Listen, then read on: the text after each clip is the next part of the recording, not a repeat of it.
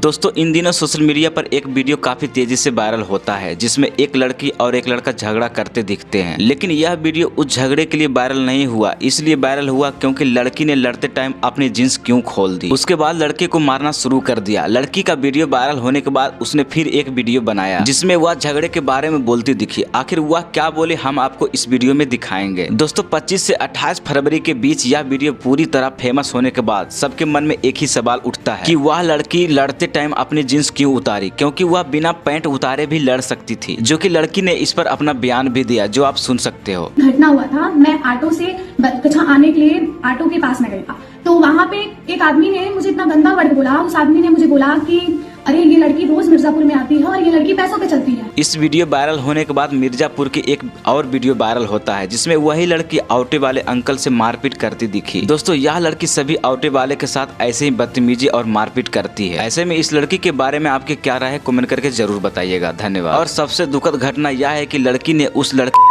Part काट लिया है जिससे वह लड़के का मौत हो गया है और इसके साथ क्या सजा होनी चाहिए।